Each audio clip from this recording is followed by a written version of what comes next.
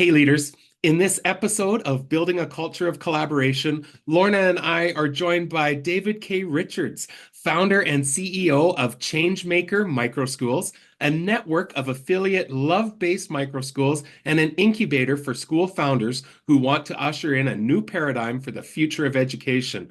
Well, we're excited to dig into David's extensive and diverse experiences in schools to learn about the connection between mindfulness, networks, and collaboration, as well as the importance of teams in the micro school environment. So let's get started. Intentional and purposeful focus on building a culture of collaboration is the secret for leaders striving to make a difference. In building a culture of collaboration, Kurtis and Lorna Hewson will share simple tips, ideas, and strategies to take your organization's collaborative efforts to the next level. Welcome to another episode of Building a Culture of Collaboration. As always, I'm Lorna Hewson, co-founder and lead learner of Jigsaw Learning. And I'm Kurtis Hewson. Today, really excited to be joined by David K. Richards. David has worked in education reform for over 25 years as a teacher, principal, and founder of several innovative schools. So welcome, David. Great to have you with us. Thank you for having me. I'm excited to be here. Well, we always want to start off just sharing a little bit of your personal path of where you've been to get you to this place. So if you can share just a little bit more about yourself, other than the bit of the formal introduction that I started Yes. with. Yeah, your journey that's brought you to where you are today. Oh, yeah, I'd love to share that. So I always start by saying that I'm a banker turned educator turned entrepreneur. That's the easiest way to describe it. And basically, I always wanted to be a teacher when I was in college, not in school. I didn't have the greatest K-12 experience in the public school setting, but I really loved learning. And when I went to community college and then college, I was like, I really love learning as an adult. So I want to share that with kids. And I tried to teach my first semester out of college. I taught part-time, and I say tried to because I had no training and it was exactly what you would expect. I really had a difficult time. And so I ran as far away as I could from schools and I went into banking. And when I turned 30, I was kind of, I had kind of reached that point in your life where you think you've made it because I had my three-piece suit. I was working at a bank 2 blocks from the White House and I felt really good about myself, but I didn't feel good on the inside. I really felt like I wasn't alive. I wasn't really feeling great. And so I had this moment where I found a book called Finding Your Own North Star by Martha Beck, who I call the original life coach back in it was like 2000.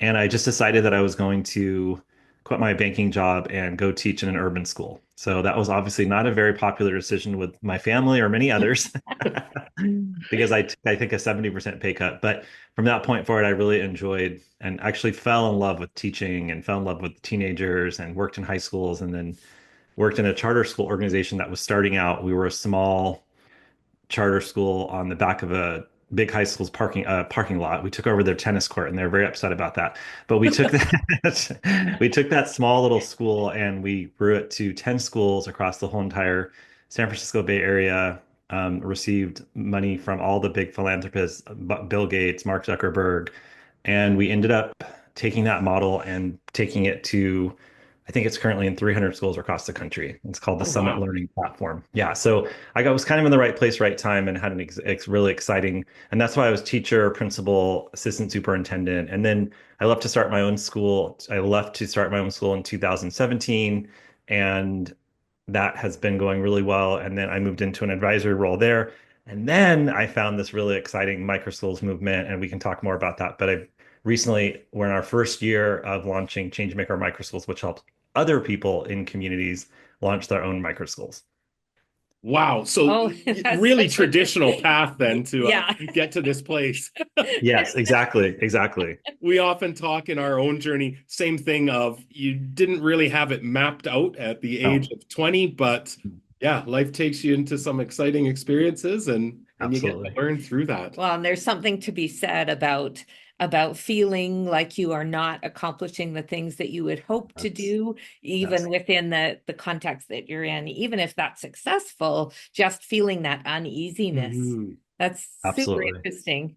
Absolutely. And I always would tell my students, I'm like, just follow your calling because I took that huge pay cut, but then obviously ended up in this great spot and it led me to being really happy with my career from that point forward.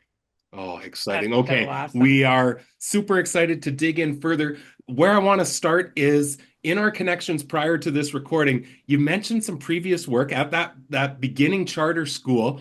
And it was interesting because of course, this podcast is focused on building a culture of collaboration, Yes. but you had shared an experience where it was teachers that were making virtually all the decisions on organizational matters within the school. So would love to hear more about that and yeah, how that experience impact the way you see decision making and collaboration happening in schools. Yeah, it's such a great question and interesting experience because I realized after being in that organization where we did that consensus, we called it shared decision making or consensus-based decision making, that once I got out of it, I realized how unique we were because we were so good at facilitating.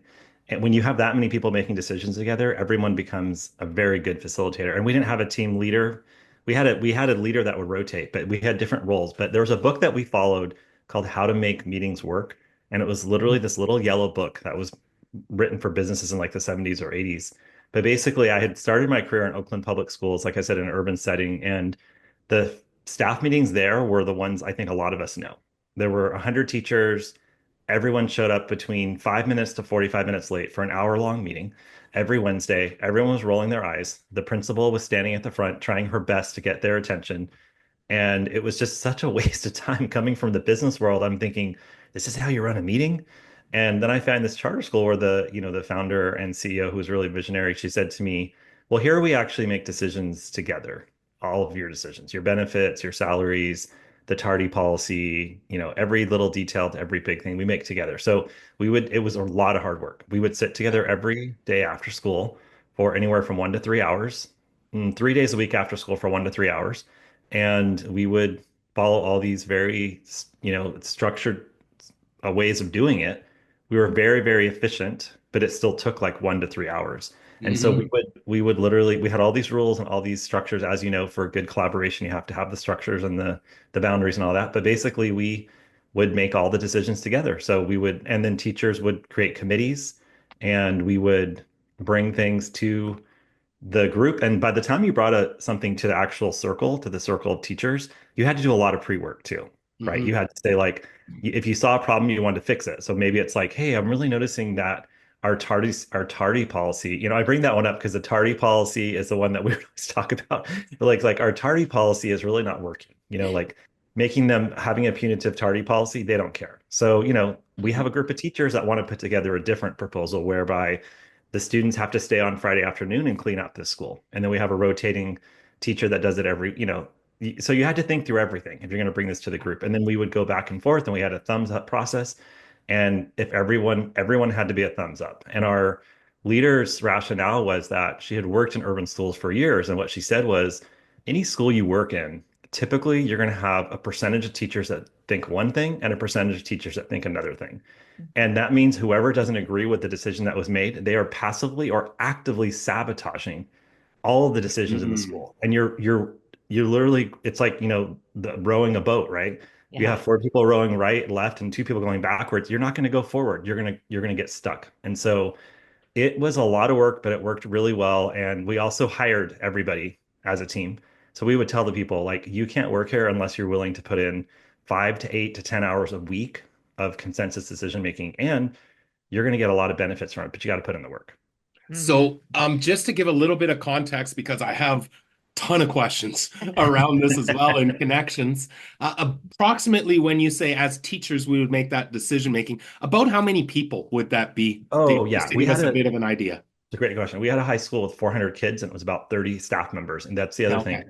Everybody was in the circle. Yeah. Front at desk manager, anybody who was employed. So the front Hmm. desk person, the receptionist, anybody who has an employee of the organization, our student teachers would be there. So anybody that spent a lot of time with kids would be in that circle. It wasn't just the teachers. Okay, so I'm really excited with what you're saying within this because we found the same thing, and I don't believe anymore that people dread meetings. I think people dread meetings that are unproductive, Yeah. unstructured, and Yep. unfocused. Agreed. But if you feel like we're coming together and accomplishing something that is meaningful, Yeah. impactful, I start to crave those meetings. I start Yep. to get excited about the decision making that's going to be happening.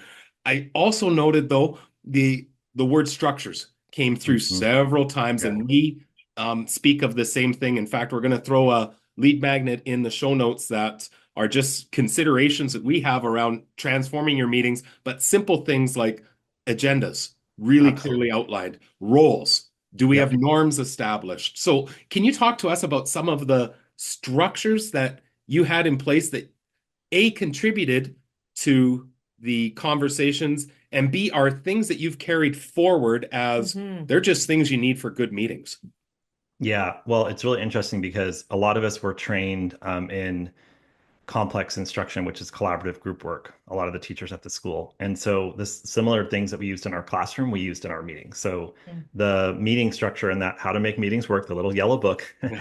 it had you should have a team leader, you should have a team facilitator, you should have a note taker, meaning they're taking notes on a computer or on a notebook. You should have a recorder who is putting all the important things on a whiteboard or a piece, something you can see, Yeah. and you should have a timekeeper. And if you have those Oh my five roles, goodness. right? This is all the We're things we All talk laughing. things you about in do. school. Same thing of don't make it random or assume somebody's doing it. No, clearly lay it out.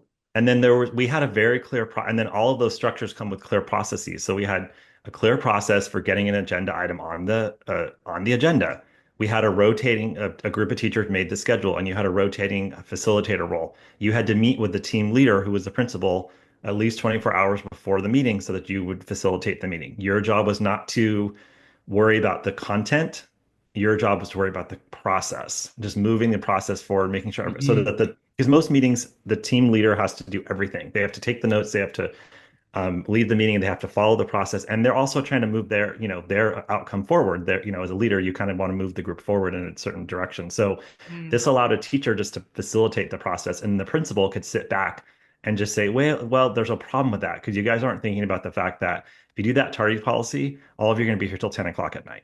Yeah. And that's not going to work for labor laws, So there'd be good things that leaders could bring into the principal or whatever. So we had those structures. We had all these structures, and it was the same things we did with our kids. They're Yeah. like Yeah. same things when you walk into a Montessori classroom, when you walk into a really great student-driven classroom, there are so many structures that allow it to work effectively. So we had those same types of structures that we were obsessive about the structures and the process to the point where I used to go and do consulting for businesses, and I didn't think, as a young teacher, they'd want to listen to me, but they had no idea what they were doing. I would go into Yeah. Silicon Valley, these multi-million dollar companies, and they'd say, well, what do you mean you have a process and you have an agenda? And I'm like, well, if you guys don't want to yell at each other the whole time and argue, here's what you could try. And they would just be like eating it up because it makes a huge difference, as you know, if you follow the Yeah. process. It does. Yeah. And you know what's super fascinating about that is, and I wonder if this was your experience too, we find when putting those structures in place for adults, it can feel a little awkward or mechanical when you Yep. start, but as soon as you start seeing um The the benefits. benefits that Benefits. that come from it, all of a sudden, it's not unusual of we start off of who's the timekeeper today, like these they just become natural for how we operate. Yep. And like you said, people then want to go to the meetings. They really Yeah. Yeah. look forward to going to the meetings because meetings are not just reporting information. They're not just, giving updates. They're actually making substantive decisions that are going to change your day-to-day work as a teacher. Well, and I think with that too, it allows that if I know I'm going to be responsible for facilitating sometime, not only am I more attentive Yep. when I'm not facilitating because I'm observing, seeing what it is that I could be doing, but I have a new appreciation for that role when a colleague is in it too, Exactly. where it's almost that experience of I wouldn't want somebody on their phone while I'm facilitating, so I think I better return that favor. You made me forget about the most important role, the group member role. So What was there are that? only five people that actually had those other roles, right, that I named, but everyone else was a group member. So we had very clear roles and responsibilities for what your job was as a group member. So you're not on your phone. Well, back then there weren't phones, but you're not distracted. You're listening attentively, you're asking good questions. So we kind of had this whole one pager, like, what does a good group member do? And then we always said to you, how would you feel if you had a great group member when you were facilitating versus a group member that's not paying Yeah. attention and not showing up on time and all that kind of stuff? So because we had a rotating facilitator, everybody really did take their group member role, seriously too, because of the fact that they knew. Because if you think about an ineffective meeting, a lot of times it's actually the people in the meeting, Yeah. Yeah. right? Maybe it's a poor facilitator or not a great leader, but if you Mhm. have people that are really trying their best to follow the process and to move the meeting forward and to stay positive and to ask clarifying questions and not be critical and not, be a naysayer and all that kind of stuff, the meeting with bad agenda and bad structures and bad facilitator will at least be a lot better. But if you have great group members and all the structures going well, then you have these amazing meetings. And we did have amazing meetings. That's so awesome. And Mhm. you just think about the ability to be making decisions in that time also is so empowering for them. It's not just a matter of coming to a meeting where we're going to walk through item after item, but they actually have influence and the ability to determine what are the next steps, Mhm. which Yep, totally changes any team meeting ever. absolutely. Absolutely. So, David, I'm interested, like that, such an incredible process and that through the charter school. But how did it move and lead into the work you do now with micro schools? Love for you to share a little bit about that pathway and then what is the micro schools, especially what you've referred to as love-based Oh yeah. micro schools. Yeah, so I can share how, living and working, I said living and working in this space of charter schools where we were building an organization and doing it collaboratively. It was so empowering. And then I moved into my charter school and we were not able to make it happen. And I don't know how much of this was just the changing times. There's a book that I've read called Reinventing Organizations, and it talks about the different phases of organizational development, and Mhm. it kind of talks about like the school district and it goes like from army to school district, or the top down structures to like the Ben and Jerry's of the 2000s. And we were the Ben and Jerry's, right? It was like democratic collaborative decision making. And this book argues that those times are over, like we're not doing that anymore. And so for whatever reason, when I tried it in my new charter school 10 years later, it did not really sit well. And part of it was because I was not the leader, because I was more of like a board chair. And I think Mhm. that Mhm. that was part of the problem, is the leader that was trying to implement it didn't have all the training, and it just couldn't quite take off. But in any case, I think it really does fit well for micro schools, because because what happened to us is when the school got bigger, like we had 25 to 30 adults in that circle, right?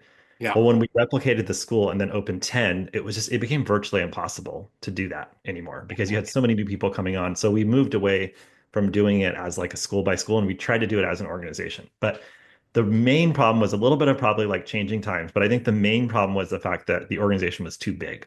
And so what I really like about micro schools is that a lot of the folks that the reason I got into them is because I started talking to people a few years back and asking them, tell me about your micro school. And they started saying the things that I saw in that school that I worked at that we're talking about. Mm. Like we all know each other, we all work together. You can't make a decision in isolation because there's Yeah. four teachers in a building or two or three teachers. So it becomes like a really small place where you can't do things that are actually, if someone's sabotaging with three or four teachers, it becomes very obvious who's not Yeah. fitting in. Absolutely. Yeah. And so I think the microscope, just the structure in its of itself, solves so many problems that we're seeing in education today.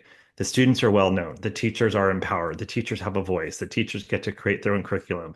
The parents are engaged, the parents are know what's going on. It's like a family, it's a smaller community. So all those, I just kept nodding my head when I would interview people on my podcast and say, like, this is like that great school we built all those years ago. And it's so Yeah. similar. And so I just started to learn more and more and more, and created this Changemaker micro schools where I thought, well, look, I saw regular teachers that were not considered quote unquote leaders, even though we believed that everybody could be a leader. So you saw a teacher that was maybe really narrowly focused on their like special education or the history or whatever, their history class, but you would see them transform and become an organizational leader based on the context.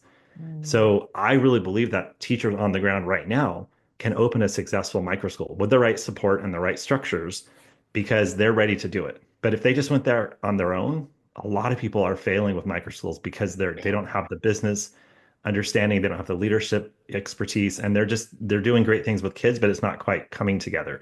So we wanted to create an organization that solved that problem and empowered teachers on the ground to open their own micro schools, to be their own small business owners, and to get out of this structure that, going back to reinventing organizations, is 100 years out of date, and Yeah. it's still using 1920s management science, right? My original school that I told you about with the 100 teachers and everybody rolling their eyes, the agenda was this is the tardy policy. You stand at this time and you give kids this, and then you do this, and then you do that, and then you do, okay, and then here's your new curriculum tomorrow, and you do this, no questions, and then you do that, and then you're like, why would I want to do any of this? I'm not an automaton. Like I'm an actual trained professional. So I would like to really do some things with my degree and really help kids. And I felt like I wasn't able to do that in the big urban school. So when you say micro schools, typically, what does that look like as far as a staffing and student population, grade configurations? Like, give us just a little bit more context. We have no context to that Oh, here in great. Alberta. Yeah. Yeah, it's I can break it down for you. So a good resource is the National Microschooling Center in the US. We have Okay. that's become like the sort of clearinghouse or the central resource for all of us. But basically, they define a microschool as anywhere from 5 to 150 students. So it's pretty small for compared to traditional public schools. So some of them are as small as five, right? It's like homeschool mom. She adds a few kids down the block, and now you have a microschool of five, and she does it in her living room. And the other side of that is like 150 kids, where maybe they're renting out space with a church, or they're using, an old Montessori preschool or something, but they're basically still a very small school. And they're typically either funded through private tuition Okay. or charter school, or some district schools are now doing them too. And they're totally different. Some of them are like the one room schoolhouse, right? The redub of the one room schoolhouse. So it's like 25 kids, K through 8. Some of them are 100 kids, K through 12. But what's unifying is that they're small. And as an interesting result, because they're all so small, they're also unified around more self-directed learning, more project-based learning, and Mm. higher parent engagement. But essentially, micro schools mean small. Hmm. And like I said, it's not really new because I No. talked with my mother who's 85 and she said, "Oh, that's my school in rural Texas." Like, We can't were wait. Yes. just, Like, yeah. I work with, or we work with lots of schools here in Alberta that are rural schools Who would where, fit that yeah, criteria? they're still a Yep. public school, but Yep. they K-8 with 70 students. Yep, exactly. It's really revisiting that model because I think we are finding that our kids are feeling really disconnected and our teachers are feeling really disempowered. And if you do it right, that model can really, work. There's trade-offs. There's Yeah, of trade-offs. You don't get the big course. school, you don't get the big sports and you don't get the economies of scale and that kind of stuff, but there's a lot of other benefits. Absolutely. So I'm really intrigued now from where you started to this, because we sometimes hear in a smaller school of, well, we don't really need structures for collaboration because there's only Mm. five of us. We're talking all the time as it is. And we find the same thing of, you think you're collaborative now, put some structures on it, and it's like pouring gasoline on a fire. Yeah. It's going to take Yeah, it to a new level. I think we are sharing the importance of structures and systems and all that good stuff. Because no, I mean, if you think about it, like I said, a lot of my teacher friends in the early days, we did some sort of collaborative group work, and the trainings we would do would say like, look, you have 5 kids in a group, and yeah, they can talk and they can collaborate, but it's not very effective. There's typically one kid that takes charge and tries to do everything, and there's another kid that sits in the corner and doesn't talk, and then there's another kid that maybe is fooling around. So that's going to be the same with adults, right? And it's going to look different, but there's going to be the teacher that's distracted, the teacher that wants to take charge, and the teacher that's kind of passive. And so you definitely need structures for collaboration. And in the schools that I've worked in, we always had so many thoughtful structures for collaboration. So here's a perfect example.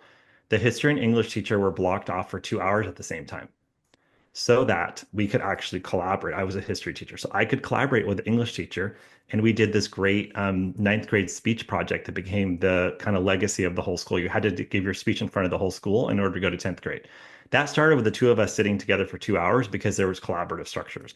And there were structures on like, how do you collaborate? What's your agenda? Who's playing what Mhm. role? How do you follow up? How do you deal with conflict? So much training went into that. Collaboration doesn't just happen naturally. It does, but it's so much better. I'm preaching to the choir here. But anyway, so basically with micro schools, even if you have 2 or 3 teachers, you would need to have really smart collaborative structures in place. And our vision for our network is that these are autonomous micro school affiliates, meaning they're their own entities, but they're going to be collaborative with our network so that you're not trying to run a micro school by yourself, but you have a team of micro school leaders across the country that you can collaborate with. And we'll have all the structures and all the systems and all the things in place to assure that they do it well. And it's virtual, which is going to make it even more complicated. But absolutely need the structures. I can't even I can't imagine it's like walking into a classroom and saying, well, if I put 5 kids in the classroom, they're going to learn, right? I don't need a lesson plan. Like it's just, it doesn't make any sense to me. No, no, agree. No, not at all. And those structures and processes are so integral to the outcome of what we're Absolutely. able to accomplish. And we can accomplish so much more when there is defined structures and Yep. process. So, Yeah.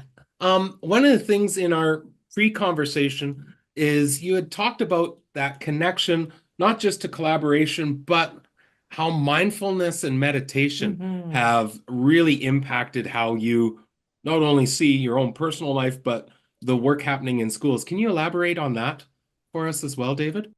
We'll be right back to continue this episode. Are you looking to maximize the collaborative capacity of your school or district? Are you wanting to take your professional learning communities or response to intervention work to the next level? Have you started the work in collaborative response but are looking to reignite your plans? We want to have you join us at the 2024 Collaborative Response Retreat happening May 3rd and 4th in beautiful Lacombe, Alberta. Over the 2 days, we have an intentionally designed program of breakout sessions, panel discussions, and supported team planning time to ensure that you walk away with a plan for introducing or strengthening collaborative response in your organization for the upcoming year. With a concentrated focus on team planning, networking, and individualized support, the Collaborative Response Retreat is an outstanding opportunity to grow your team's understanding and implementation of this powerful support framework. We are also planning some fun social times so you can relax and enjoy some activities as a team in our historic community of Lacombe in central Alberta. In addition, participants will gain access to an extensive repository of online resources to deepen their understanding and support ongoing implementation. Plan to join a growing network of educators dedicated to responding to the diverse needs of their learners. We've capped our attendance at 140 participants, so make sure to register early to secure your team spot. We're looking forward to seeing you in Lacombe in May. And now back to our conversation. Yeah, I'm surprised I didn't bring it up at the beginning. I usually do, but yeah.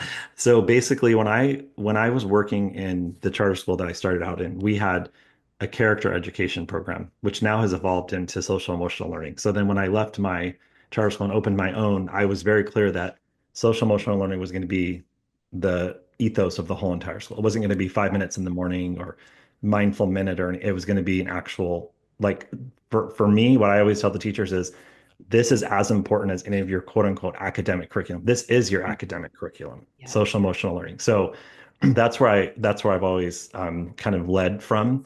And for me, when I left the bank job, I and then I went through that almost 10 years of working in that charter school.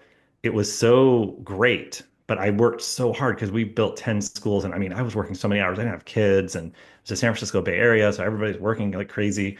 And I almost like just put myself, not, I wouldn't say kill myself, but it was really bad on my health. So I Yeah. had this physical breakdown right when I turned 40. And Mm. then my friend had suggested some of these meditation teachers to me and I started taking classes with them and it changed my whole entire life. It was like, oh, now I can actually get as much done as I used to, but do it in a way that's much more peaceful and in flow. Mhm. So when I left my last job, I actually started teaching courses for online courses during the pandemic to help people learn how to meditate and to do this so that they could have a much, a more inner peace and a more peaceful life. And so with my latest venture, I'm merging it all together. And now in our Changemaker Micro School network, the one unifying piece is that we're going to give you a mind, body, soul curriculum. So a social Mhm. emotional learning curriculum that you can use with your kids in your micro school. So that's been really fascinating because we've been, interviewing and trying to find people to open their micro schools. And it's really bringing people together around this concept of the mind, body, soul is so incredibly important. And I remember when I was my first year as a principal and I found this great book that talked to you about like you have to think about how is your mind, dealing with all the stress of being a principal? What's your mindset? What is your body? How are you dealing with exercise, nutrition? And then what is your soul in terms of like, do you believe there's a higher purpose to you, that something is guiding you for your purpose or your calling? And when I put all of that together, my whole entire life changed. Mhm. Mhm. Well, and I think it too, when hearing you speak, it's all about how do we create health within individuals and within the organization. And it's Yes. not, things are not siloed that, we'll do mindfulness over here for a little while, then we collaborate here, Yeah. then we everything comes together. And Connected. it's interesting you speak of really needing to focus in on mindfulness and meditation during the pandemic. We also saw that was a point where we needed to lean in to Mm. some of our collaborative structures because there was so much of the work that happened in schools where they said, okay, everyone just go back into your own classroom where Yes. And distancing, isolate. isolate. And we saw so many staff well-being issues that Oh, happened because people felt alone. They felt isolated, yes. Yes. trying to deal with the complexity. So We saw schools really recover from that more readily when they really did lean into their Yep. collaboration and their teams and their structures and processes. and attention to that mindfulness Yeah, and that absolutely. your body does Yep. really. Yeah, and what we found is, with my charter school, the most recent one, when we were going through the pandemic, that we still did. So we have a circle that we do with kids and adults. And so our program actually is for both. So then when during the pandemic, we moved the circle to a virtual Zoom circle. And I mean, the teachers needed that 1 hour a week. Like it was the Yeah. most intense, emotional 1 hour for all of us. And it really helped them transition through that really hard time. And then coming back, we were able to just go right back into our circle and then use the social emotional learning practices with our kids and our adults. And because it was very traumatic what we had to deal with as teachers during the pandemic, right? And so I feel like again, it's kind of like how do you not do social emotional learning in school after coming back from, Yeah.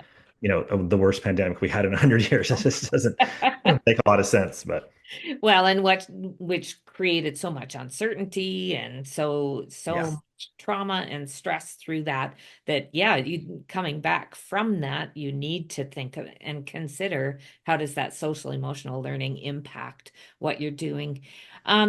So David, when I think about that social emotional learning, then what does that look like in your school in regards to working with students? So you Yeah. said for your team, you're bringing people together for an hour a week to be able Mhm. to really focus on Mhm. that.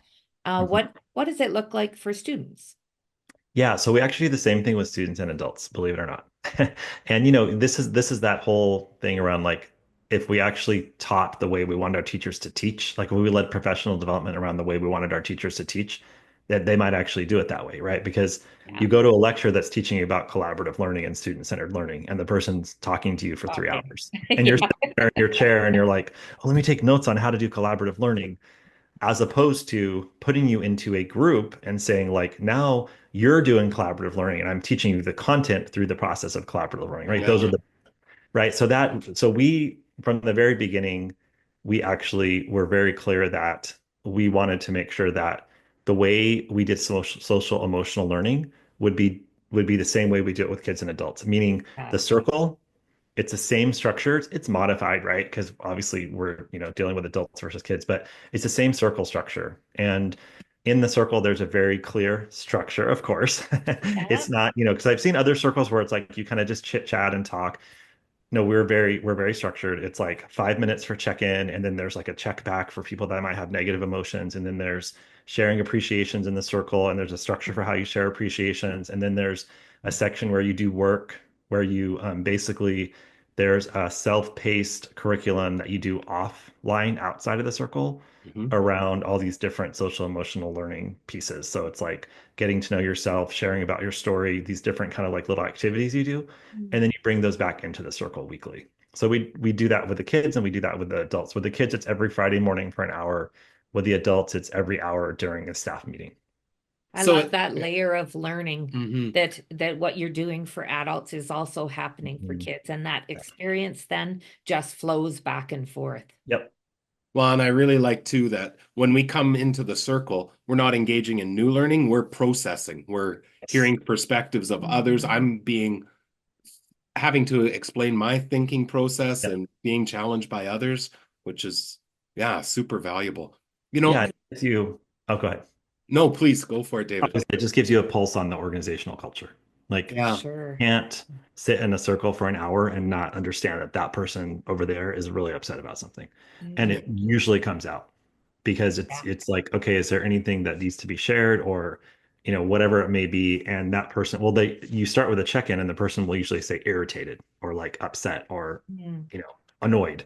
And mhm. so then the facilitator can go back and check and be like, what are you annoyed about? And they'll be like, well, something happened today. And then that'll either turn into a conversation with the other individual that annoyed the person who's annoyed, or it'll come out in the circle. So you get that organizational culture pulse and you're like, ooh, everyone's really upset about, something that happened with the Mm. students today or whatever it may be. And so you really get a sense of what's going on and then you address it.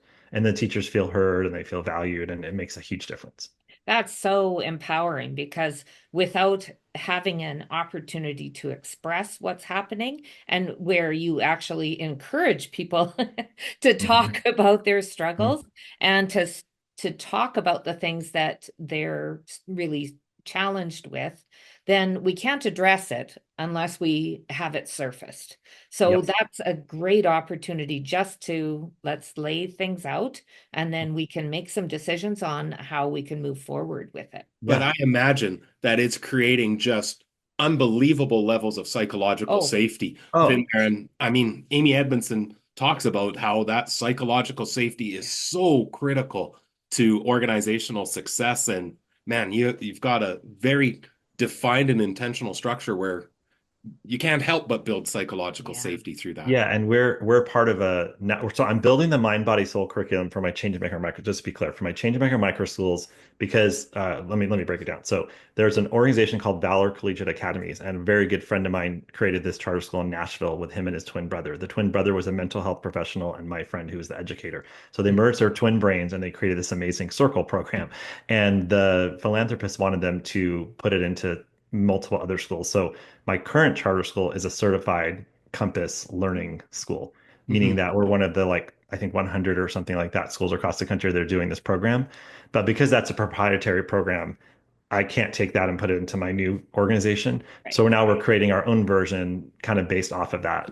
But I wanted to just break that down because it's important. Mhm. But yeah, so basically that is where you're just getting such a good understanding of the culture. And I forgot to tell the other really important point of the first part of the circle is we do what's called True North, which is they're in Nashville, so they couldn't use word meditation because that was not very popular in the South. But it's basically meditation. So there's a 5-minute meditation at the beginning of every single meeting that we ever do. Mm.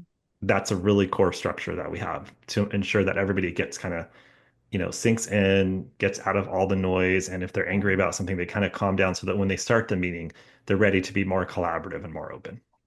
I Yeah, am really hearing, centering. yeah, such huge degrees of clarity around what do we do with our time that's together and high degrees of intentionality. Nothing's happening by just chance or Happenstance. circumstance. Yeah. No. And that I remember what I was going to say, why I broke down the whole thing about Valor. So because there's 100 schools in the network, they do surveys and they just want to get, they have to report back to their funders like how they're doing. And Yeah. our little charter school, which is they work with a lot of big districts and bigger charter management organizations, we always have the highest score. And guess what? Teacher buy-in. Yeah. 100% of our teachers are bought into the circle, meaning in the Yeah. interview, they're like, yeah, we'd love to do circle for an hour a week. But of course, they're just saying that. And then a Yeah. lot of them in the other schools across the country, it's like 65%, which is still good to have 2/3 in a big school.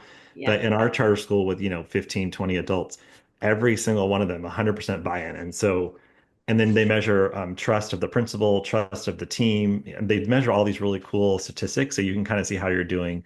And our little charter school always does really well because of that psychological safety. Yeah. Oh, Absolutely. that's incredible. I want to go back to David to the social emotional learning for students and just Yeah. reflecting on schools are always challenged with behaviors for Yes. students. Yes. And just wondering if with that social emotional learning that you're building in, do you see a decrease of the behaviors that you would typically see in a school? We'll be right back to continue this episode. feeling overwhelmed with the expectations being placed on teachers, leaders, and educational systems to respond to the diverse needs of our learners? Are you wanting to take your PLCs and RTI efforts to the next level? It definitely takes a highly coordinated framework of structures and processes to maximize the collective capacity of your team to ensure success for all students. Collaborative Response is that framework. Order your copy of our bestseller, Collaborative Response, 3 foundational components that transform how we respond to the needs of learners, which includes access to a comprehensive companion website. Join the thousands of schools using the framework to ensure high levels of success for students and staff. And now back to our conversation. Absolutely. Absolutely. Yeah, because I mean, similar to what we were talking about with the teachers, like if you have an upset teacher who doesn't have somewhere to express, that's going to go into the gossip mill, right? And now it's going to go into that, talking to that teacher, and that just becomes the culture. And so, similarly with students, if you have a student who's not doing well, or something has happened, or they just need a moment, or there's a conflict on the playground, if you don't have some, we use the restorative practices, method, but if there's not a way for them to actually process that emotion and to deal with it, they're gonna keep acting out. And so I feel like our approach, and I think you see it with most schools that are really committed to social emotional learning, is you're trying to get to the root issue. Mm-hmm. And once you get to it's the same thing with conflict resolution with an adult. Like if you're not getting to the root issue, you're just talking in circles, right? And it's the same thing with kids. If you can get to the root issue, it's like, oh, okay, now we get to it. Yeah. You're really angry about something that happened 6 months ago when he took your girlfriend away. That's what's going on. We've been talking for an hour about the fact that he pushed you on the playground. No, that's not what this is about. Your eighth grade boys are still fighting over the same girl from 6 months ago. And that's what's really like sinking in and making you angry. And you pretend like you've moved on, but you really haven't. Once you get to that root issue, then you see the behavior problems start to go away. Mm-hmm. So, David, seeing where we're at for time here as well, love to get from you, where do you see your Changemakers network going, and what do you see as the future of micro schools? This has been super Really exciting to hear, interesting. and reinforces a lot of things we believe in regards to No, it sounds like it. collaborative cultures, teams that know one another, schools that know each other. Yeah, no, absolutely. Where No, do I you see as appreciate your future? Yeah, I appreciate the question about micro schools, because the reason I tend to be kind of a futuristic type of guy, and I just kind of have these visions for like 20, 30 years in the future. So I do feel like there's been a tectonic shift with the pandemic, which I know we were just talking about. Yeah. And I think if the shift is teachers are starting to question, what are we doing here? I think families really saw that there's a lot of cracks in the system around, really archaic system, and a lot of just stand and deliver instruction. I mean, my kids did a Zoom class in second grade, and it was 1 hour of instruction, and there was no breakout groups. It was just like the teacher talked to them for an hour, and then they went and did their worksheets. So I think parents started to see like, wow, this is not really the future of work that they're getting in their school every day. And this is not teachers' fault. I never bash teachers. This is just the way the system is set up, and we're all doing our best.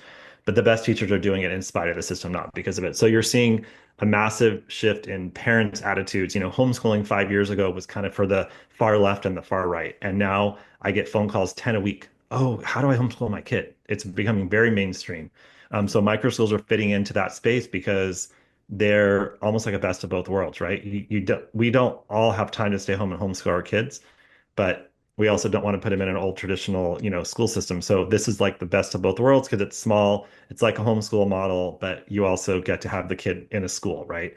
And I feel like the policymakers in the US, at least, are really coming around to these changes because of the voters, because the families are. And in the last 1 year, there's been like 20, education savings accounts, basically funding going towards micro schools, homeschooling, private schooling for families that's coming from state budgets. And so that's kind of the new thing that's happening. So I think the next 5 years, you're going to see almost every single state have some sort of program that supports alternative schooling and gives parents the money to do that. And so I feel like that's kind of the macro where where we're seeing Changemaker fit in. From a micro, is our vision over the next 10 years is to have 200 micro schools across the US that can say, here's a rural school, here's a urban school, and we don't actually do the curriculum for them. So that allows the teacher to be autonomous. Like I have folks that want to do neurodivergent. I have folks that want to do STEAM. I have folks that want to do projects, self-directed. Yeah. They know their community best and they love to teach, right? So I'm not going to give them that curriculum, but that's going to show us that we can do it with all different types of kids. And it's going to show our vision is it's going to show a model of how education can be different and give people a proof point across the country where they can see it actually happen. That is super exciting. Yeah, very exciting. Incredible vision for what's to come. Yeah. So, David, we always ask this same question of all of our guests, and I'll just read it for you because it's a little, you have to think a little back and forward at the same time. So, in the spirit of if you knew then what you know now, what advice would you give to your past self in relation to establishing and sustaining highly impactful collaborative practices? Yeah. I think you guys brought it out with the trust piece and the psychological safety is really building relationships, is understand because I'm such a I don't know if you guys remember this test we used to do in schools like the South, North, East, West. And so the North is the like go, go, go, go, get it done fast. Yeah. So I'm such a get it done fast guy that it seems so unproductive to build relationships, right? It's like, well, I don't have time for that. I don't want to chit chat. I'm trying to get this done. So I think I would tell my younger self, slow down, take the time to really get to know people because I think about my 25 years in education and I'm still talking to the people that I was a first year teacher with, and I'm still talking to some of these people and some of them have done amazing work. And with this new venture, I'm calling them and saying like, okay, now you're on the state board of education in Indiana. And so let's talk, but that was the relationship, right? Yeah. So it's like, spend time building those deep relationships and listen and actually really care. Don't just do it because you think you're supposed to, like really build strong, strong relationships. And that will lead to the deep collaboration. Like the example I gave about that speech project, that was kind of the seminal project for ninth graders. That was created with my really good friend who I went to grad school with. And we had spent, the whole year in the trenches together. So when we sat down to collaborate for 2 hours every day, it was like so easy, right? So build those types of relationships so that you have trust and collaboration, and you'll see magical things happen when you believe in each other in that way. I really think it's a little bit of paradox thinking, though, too. We need strong relationships in order to collaborate effectively, but we build strong relationships through the collaboration as well. Yes. I do see it as an alternating or cyclical process. And again, it's hard to get to really deep, meaningful conversations when your collaboration is where you started us off with, unfocused, unproductive, Yes. unstructured. Precisely. Yep. All right. Well, David, this has been wonderful. Love for you to just share out if listeners want to learn more, if they want to get in touch, what's the best way for them to be able to do that? Yeah, just my two websites, changemakereducation.com, which is all about micro schools, and then my own website, davidkrichards.com. So that's where you can find everything about what I talked about today. Okay. Excellent. We will make sure that is in the show notes and descriptions as well for people to be able to access. It's been a real pleasure getting to connect and to hear about your experiences, and super exciting to see that or hear about the micro school movement that you're key in leading. Thank you so much. Thank you so much. No, it's been a pleasure joining you, and I really enjoyed it. Thank you. Thanks, David. so much, David. All right. One of the things that I love being able to engage in this podcast is we get to have conversations with individuals that we may not have connected with before, or to talk about those in different industries or different perspectives, and super interesting. David's perspective is past experiences and the micro school work that is happening now. That's super exciting. What are some key learnings that come out from this conversation for you?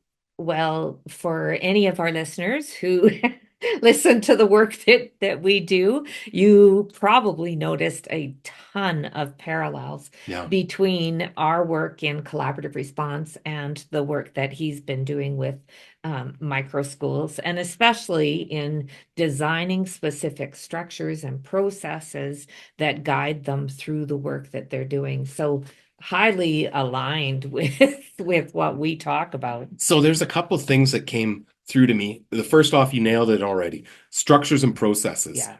Really, really leaning in and having strong understanding and adherence to structures and processes.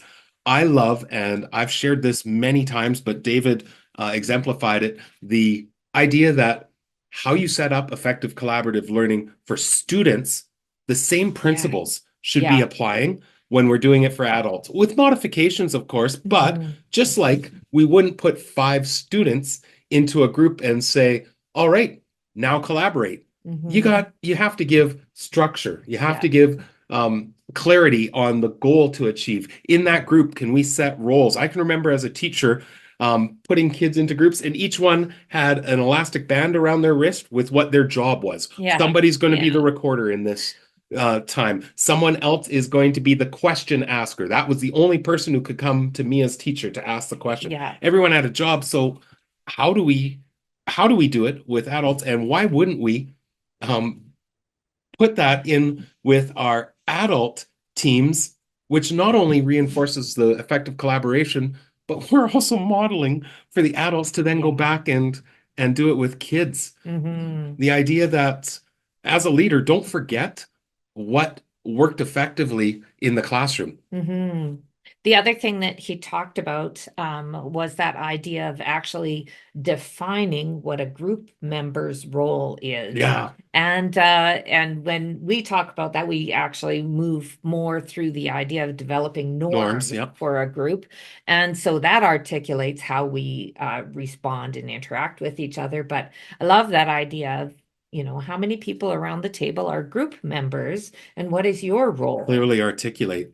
Well, and I think he said, the idea that collaboration just doesn't happen naturally. It has to be set up and structured, which we believe as well. But if you do that well, it is so empowering that you can feel like, wow, after this 45-minute meeting, look how much we were able to accomplish through this. And I love that sharing of the roles, and the facilitator might be different, and how that gives you new appreciation for how you interact as a group member, going back to what you caught up. Yeah, I also really appreciated David's perspective on that social emotional learning and the social emotional side, and thinking more about how do we care for our mind, our body, and our soul, and how does that impact and influence what we do in the work every day. And we know that those components you can't separate what's going on in your mind and in your body and your soul, that all of that comes along as part of what you do in your school. And being intentional about it, as he was mentioning the activities that he does through a circle approach, and thinking about, that mindfulness piece and how it supports wellness for staff and for students. Absolutely. So we hope you were able to get as much out of this conversation as we did. It was really affirming to hear some of the things back that we believe strongly when it comes to creating a culture of collaboration.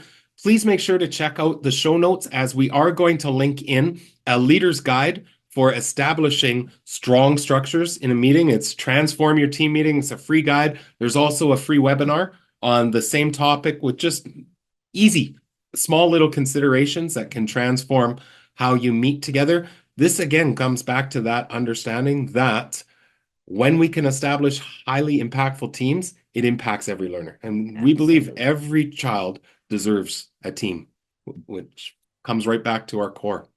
So as always, if you have a guest suggestion for us, if you have questions, please reach out. Our contact information is shared. Check out jigsawlearning.ca and subscribe, like, and share the podcast. Love to be able to continue to grow this audience and continue to learn from great thought leaders like David. We're wishing you all the best. See you soon. Jigsaw Learning, founded by Kurtis and Lorna Hewson, is a team of educators who work with schools, districts, and educational leaders to establish collaborative response to ensure success for all students. Because every child deserves a team.